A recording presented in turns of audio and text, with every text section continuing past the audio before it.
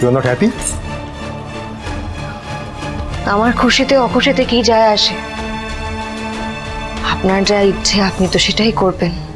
ছদ্মবেশে অপারেশনের কথাটা তো বললেই হয়ে যেত। ঠাম্মিকে এতটা ছোট করা কি ঠিক হলো? ঠাম্মির মুখটা দেখেছিলেন একবার?